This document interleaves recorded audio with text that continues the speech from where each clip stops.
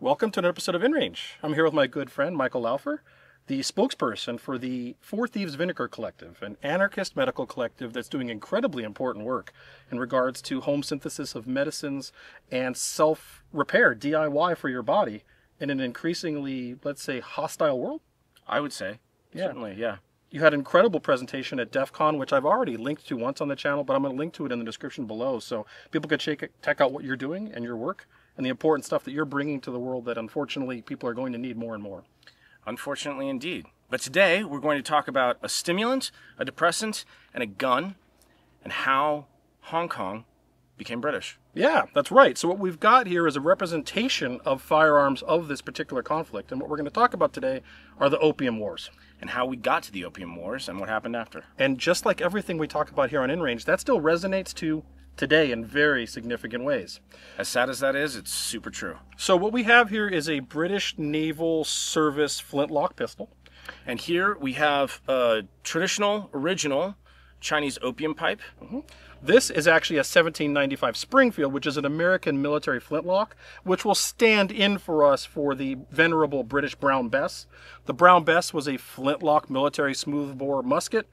The Springfield is a flintlock smoothbore military musket. For all functional purposes, they are identical. The opposition, the Chinese, in their attempt to defend themselves, were way behind on firearms technology.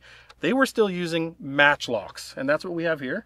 This is not exactly the kind of matchlock they have, but technologically speaking, we have a matchlock versus a flintlock, and we're going to be able to demonstrate that later in the video.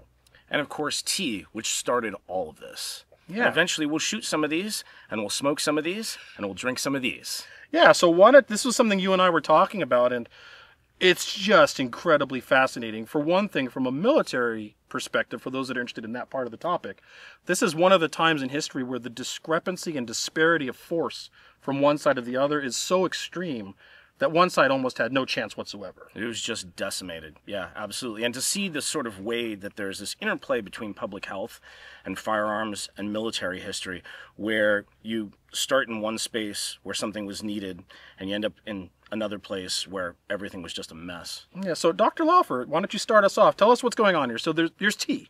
So the very beginning of all of this happened because the Brits started to love tea, and that's something that's happened throughout the British Empire. Has been this thing, the East India Tea Company and the Dutch East Indies, and the way things were traded.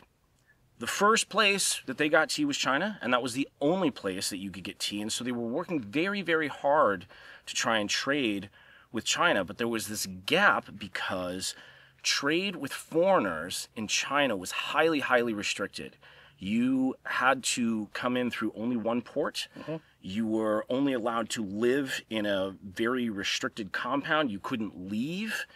You weren't allowed to learn the language or the customs or interact with anybody who was local, only the trading counterparties.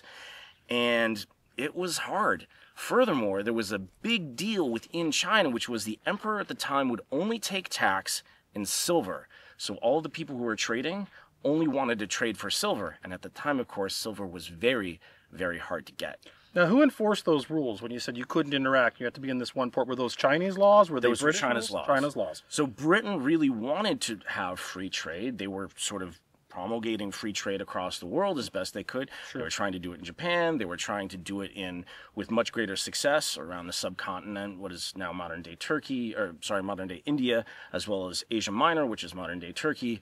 And they were doing much better over there because there weren't these restrictions. But there was an imperial, very ancient culture in China, and it was anti-foreigner, understandably, because they'd seen what Britain had done elsewhere.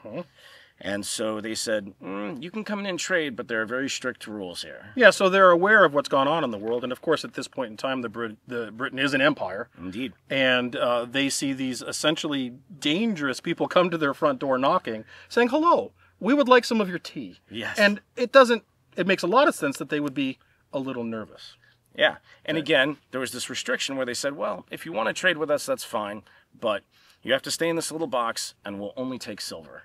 Fair enough. And the only taking silver was an independent thing that all of the traders would do because they had to pay tax to the emperor in silver. So the Brits couldn't find enough silver to get enough tea to meet demand. So they went looking for something else to trade with. An alternative thing to trade other than silver. And they were looking for anything, and they tried a couple of things, and that would work for maybe a season, then it wouldn't be fashionable anymore. But then... Well, they come along, they're like, hey, you like an iPod? And they're like, yeah, these iPods are cool. And then, I mean, in modern tense, and you're like, yeah, iPod's old school now, we want something else. And so there were a few things that they tried until finally they got something that took, that they had gotten from the Khyber Pass region, which is modern-day Afghanistan, Pakistan, and it was opium. And opium took off in China. Everybody loved it. It wasn't just restricted to one strata of society. You saw that all the intellectuals liked it because it relaxed their mind. They became more creative. They were able to socialize more easily. They relaxed after a stressful day in court. And all the way down to the peasantry who was doing manual labor, they would be in less pain at night after working very, very hard all day, just from having a little bit of opium. So initially, obviously, opium can be a very dangerous and addictive substance when abused. However, at the same time, it can be a helpful substance when used properly, like all pharmaceuticals can. Like every medicine that has ever existed, yes. Everything's toxic if you have enough of it, and everything can be therapeutic if you use it properly. I mean, really no different today than someone going to Walgreens because they have a cough and buying some Robitussin DM, and another person doing Robo where they're purposely tripping on it by taking massive overdoses of it. Or similarly, the fact that your grandmother doesn't come back from her hip operation wired to fentanyl, despite the fact that she's been getting it all day, every day for weeks after she leaves the hospital. It's the relationship to it. There's use and there's abuse, and there are ways that you can have healthier relationships with substances and unhealthier relationships. There actually is a proper pharmaceutical dosage of fentanyl that is reasonable and appropriate in the right applications. Yeah, if you've just had your hip replaced, you need it. Sure. So, but this becomes not only a substance that is enjoyed in China, it really becomes sort of a culture.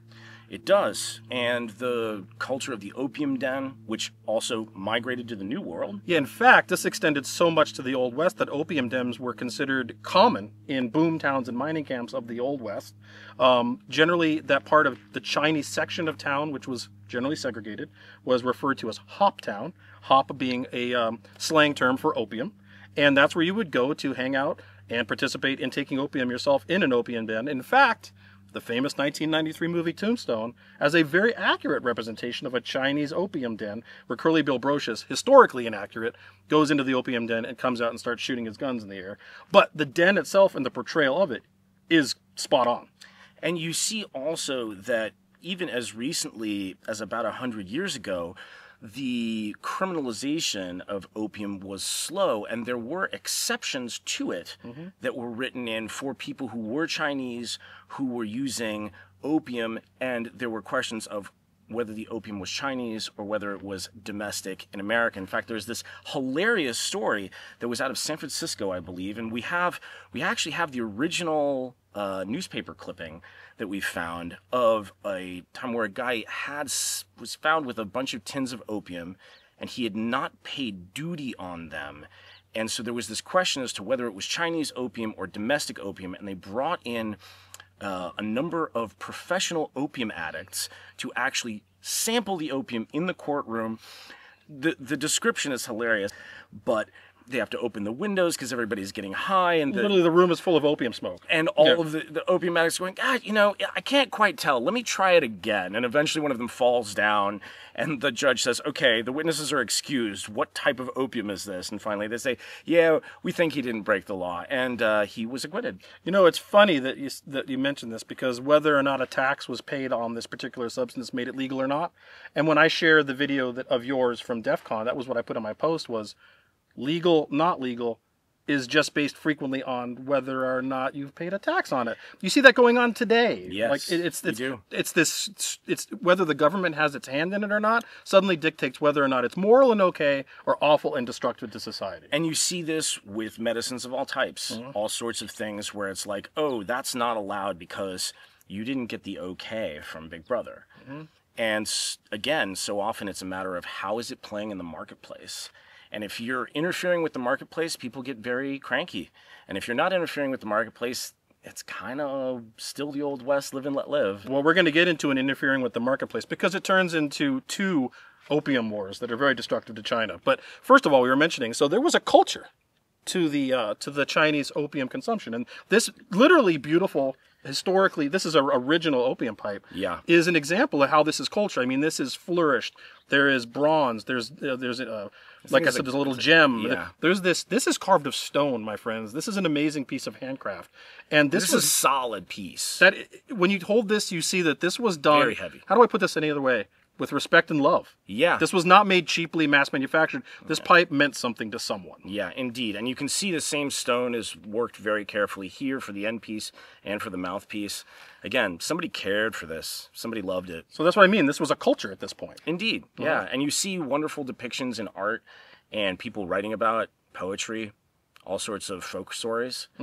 And part of the reason that the opium dens exist is because the actual physicality of trying to smoke opium is very difficult.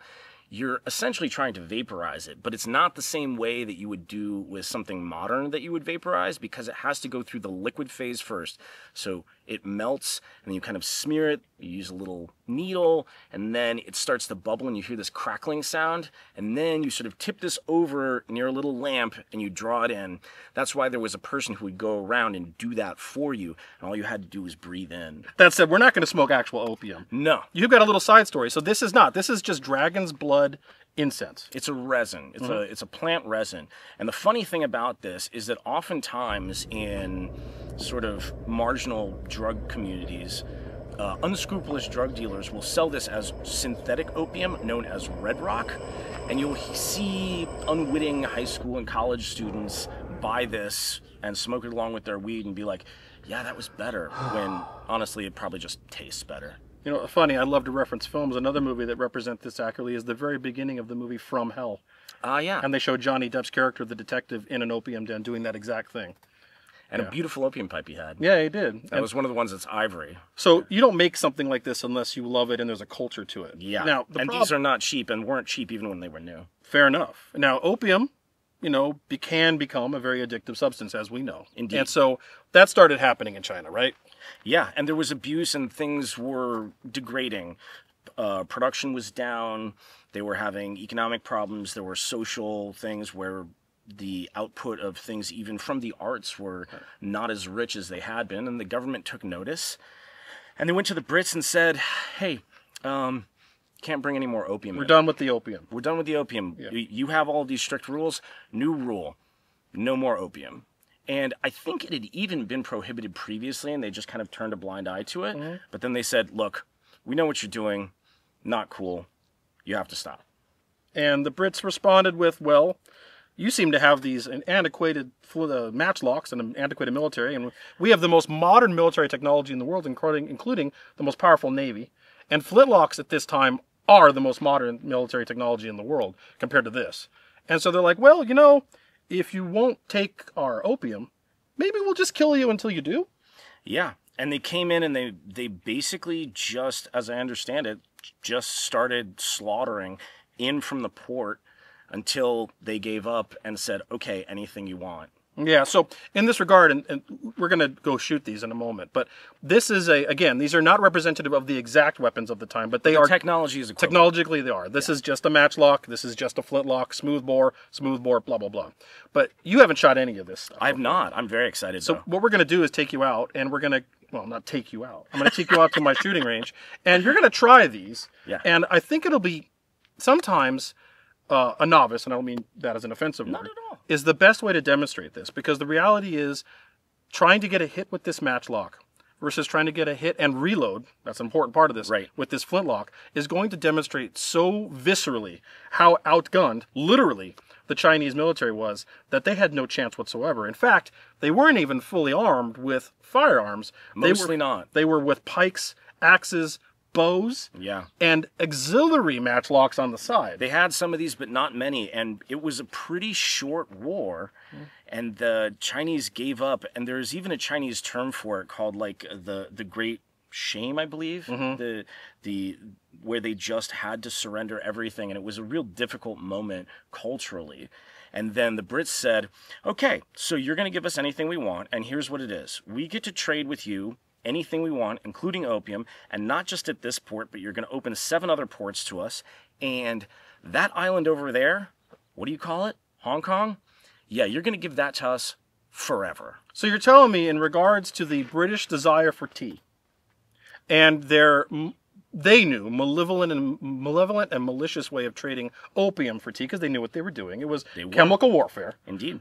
Went to kinetic warfare, which then turned into what is still to this day in the year 2024 economic warfare, highly contested and dangerously hot spot of Hong Kong. Yeah, and I was actually in Hong Kong during the last revolutionary movement when that was all happening, and it was messy. Yeah, it was bad. And I mean, as we see this now in the geopolitical scene we're in, with all the things going on worldwide, everything we read seems to indicate China is really eyeballing Hong Kong again. And yeah, and it's probably going to be ugly again. Yes, but so let's take a moment. Let's go shoot a flintlock. Let's go shoot a matchlock.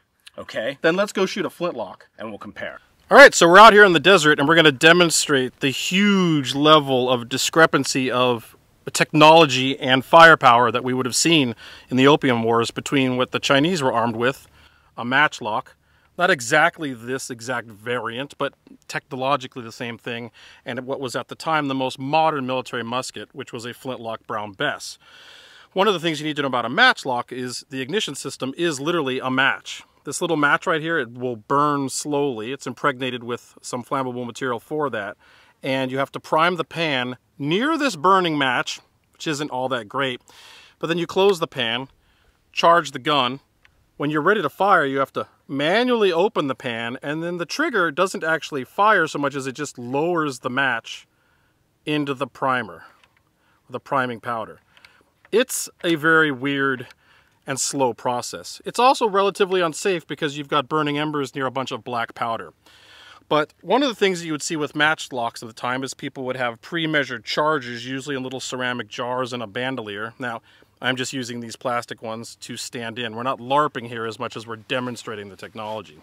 So let me go through the loading process for you, and for safety, I'm not going to light the match or prime the pan until we are ready to fire. It's a little spooky, to be honest with you, and there would be someone else that had to be around with something to keep these matches going, because when it went out, again, the gun would no longer fire.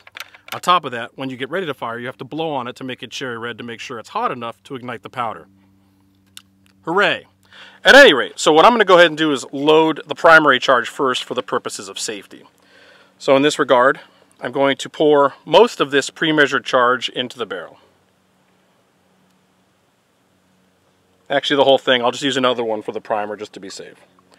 Once I've lowered that in there, I go into my bag that I've got here on my side, and I pull out one ball and drop that down. Right now, because it's clean, I don't need to push it down. It'll just go down easily. And then so it doesn't just fall out, we need some wad. In this regard, I'm using coffee filters, but it doesn't really matter. Wadding is just there to retain the projectile in this smooth bore gun. That's what we're going to compress down.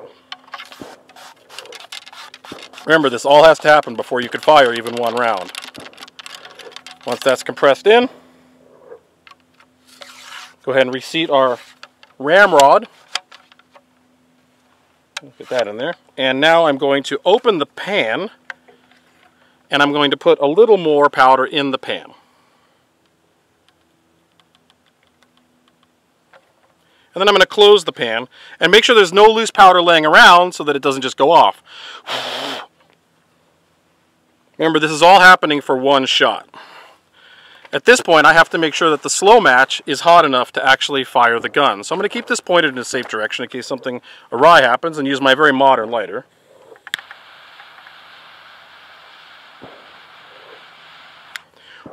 Alright, we've got the slow match going. So at this point, I'm going to aim at the target. Once I'm aiming, I'm going to open this. I'm going to blow on the slow match and then fire the gun once.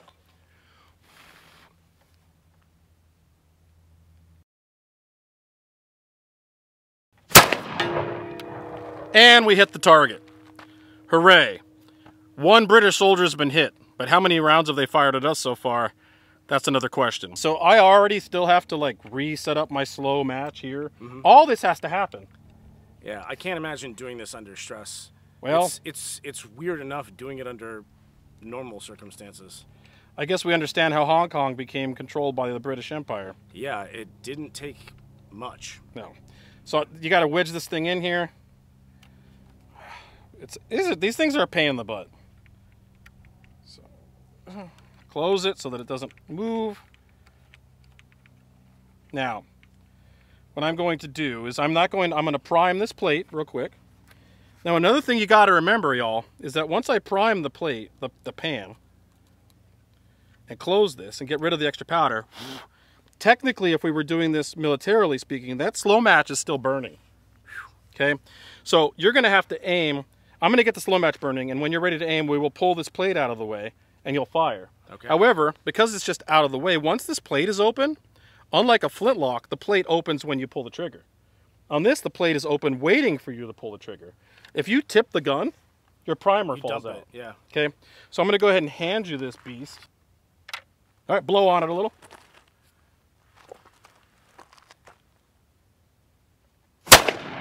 That was it. Whew. That was a really intense experience. It's kind of scary to have your face right next to some medium explosive. Mm-hmm. And you can smell it, you can feel it. It's very visceral.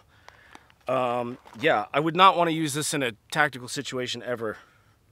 At all. I don't have a brown Bess, just because I've never decided to have one, but I do have this 1795 Springfield, which is a smooth bore military flintlock musket. Technologically, there is no difference between this and a brown Bess. It's just not a brown Bess. But there's huge technological advantages going on. One of the things I already mentioned is that once you prime the pan and close the frizzen, if you tip the gun, you don't lose your priming compound. This is ready to go. And once you cock the hammer, there's no match to stay lit or anything like that. You pull the trigger, the sparks of that flint go into the pan and set off the gun. You could load this a week before you need to shoot it, march around with it, and as long as you haven't exposed it to too much humidity or rain, this is ready to fire, unlike you saw through all the process of that matchlock. So, I'm going to go through the military process of how you do this, and another huge advantage that they would have been having is that you have essentially self-contained cartridges. These are paper cartridges. What I have in the front is the projectile, and the back is the powder charge. This means I don't need to do any of that wonky stuff. All I got to do is tear it open, pour some priming powder into the pan, close the frizzen, seat the primary charge and the projectile. The paper around the ball works as my wadding. So that's all one simple process. So to go ahead and load this gun, the British typically didn't use their teeth, like barbarians, like Americans. They would just tear it open. Open up that little piece of paper cartridge and pour enough powder into the pan to be able to prime the pan. At that point, close the frizzen, leave that alone, and leave the hammer at half cock. Seat this down, pour the rest of the powder down the bore. And now, like I said, I don't need a wad or anything special. That paper around that ball is the wad. Ram it home.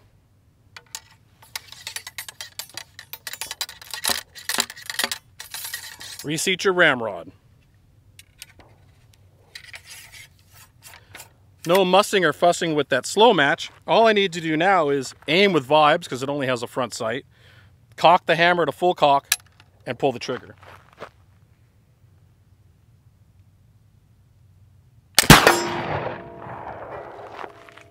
And now, all I got to do is pull out another paper cartridge and do it over again. Now, I know a lot of you out there are like, this is unsafe. You've primed the pan already and your hand's in front of the muzzle. And you know what? You're right. It is. But this is how the military did it at the time, because it was the only way to do it as the military. In modern times, if you were to do this, you would probably prime the pan after you seated the projectile, right? Makes sense. Yeah. So this is already a little stiff, but there it goes.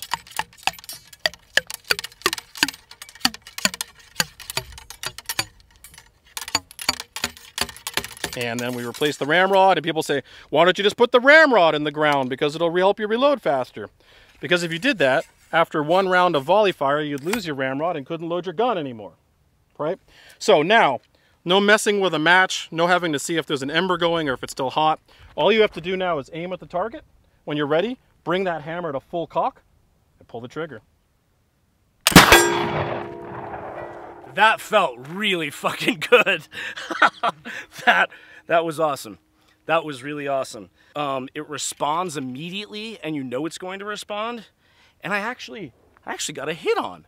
I can't believe that happened. That was really fun. It's interesting you say that, because when you talk about how it responds instantly, when you bring that matchlock to fire, there's like this weird, like, when is it going to go off feeling? Yeah, and that was a big part of the fear. Yeah, where I was just like, ugh. In modern parlance, we call that lock time. Lock time is the time and duration that it takes for you to perceive, even in tiny amounts of fractions of a second, from pressing the trigger for the gun going off. Yeah. The faster the lock time, the more likely you are to be accurate. That makes perfect sense, right? Of course. All right, Michael, so we've drank tea. Yep. We have just demonstrated how an opium pipe works with not opium. Okay. We have demonstrated, and you have tried out the matchlock and the flintlocks, and it was pretty obvious where that lies. Yeah. You clearly have a massive technological advantage, and when you're so far ahead, there's just kind of no match. So the British Empire was doing what the British Empire did. Yeah, and they just bowled them over, and you can see why it was so easy and why they knew it was going to be easy before they even started. But what's so fascinating about this is that these types of ramifications and the butterfly effect and the reverberance of history over substances as really innocuous as tea, yeah, and not as innocuous as opium, indeed, and technological differences of empires versus empires that are trying to build become and resonate now. And if you step it back, it's amazing to see the chain of thinking about human behavioral biology and evolution, and that there's a little thing that sits in our brain that's designed to make sure that we can still function when we're in pain if we have a accident out in the wild that was developed hundreds of thousands of years ago through evolution. And that mechanism in relationship with plants that were found ends up creating a geopolitical situation that we're still grappling with. Yeah, and we see this along with so many things that are restrictive in all societies at this point, which is like this substance good, this substance bad, this substance taxed okay, this substance untaxed not okay, Right. And usually dictated by someone, at least in this country, in a corporation that has a strong fiduciary incentive that this one's okay and this one is not. Yeah, and the differentiation from a pharmacological perspective, that opium is one of the oldest things for killing pain. The folk story that goes along with it is that at the beginning of the world, the greatest healer was recognized by the gods, and the gods came down and said to her, "We recognize your selfless work, and we would like to grant you a wish." And she said, "I want a way to quell my patient's pain." And they showed her the opium poppy, and they said, "This will quell all of the pain in all of your patients that you will ever need to do. But for you, healer, it will always be poison." Interesting. That hits hard. It does. It does. And it goes back to, we're closing this up at this point, but it's like, I remember there was a while back, and we see these moral panics that happen with all substances. Doesn't matter when. Absinthe, marijuana, Gin. tobacco, All of it. opium, opiates, and there was proposal about the death sentence for anyone dealing in opiates. And I remember, you remember this going on. This was a few years back. And here's the thing, in this country, you know who that is? The freaking medical industry. The people getting people wired on opiates somewhat irresponsibly have been, a lot of times, doctors. Well, furthermore, you would say the corporations, and I would support death penalty for corporations. Well, that was the point, is that one of these, I made a comment, one of my normal snide comments, which is, does this include the corporations and the doctors that are doing this? And of course, there was no reply to that. Big surprise. Yeah. So anyways, I want to thank you for taking the time to come out here and the Thanks research. so much for having me. You brought an incredible story to the table here, and I think this is such an InRange one because it is the reality of the human condition, the sociological, economic conditions, empire building, and all this happening 200 years ago, 1830s. Yep. And here we are 200 years later, and it's not over. Those Opium Wars didn't really end, and Hong Kong is sitting there in a tenuous situation, and opiates are a whole nother problem. And they're being traded through there to this day. Yep, and Afghanistan still. And Afghanistan still. Right? I mean, it's still the same thing. Yeah. And as long as humans have opiate receptors in their brains, this is not going away. People. People.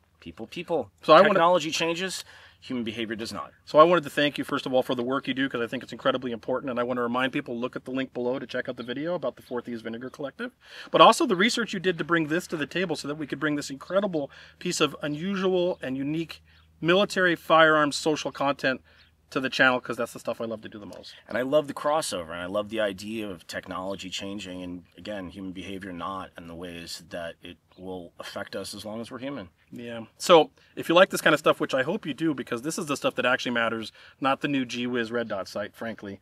I mean, I like that too, but this is more important. Consider supporting my channel on patreon.com/InRangeTV, but also go to your channel and support them in any way you can, because your work is more important than it ever has been. And if you really want to support the mission of the Four Thieves Vinegar Collective, the important thing to do is to find somebody who needs your help and help them, whether they deserve it or not. Thanks again so much for having me. Thank you so much. Appreciate it. Stay tuned for more.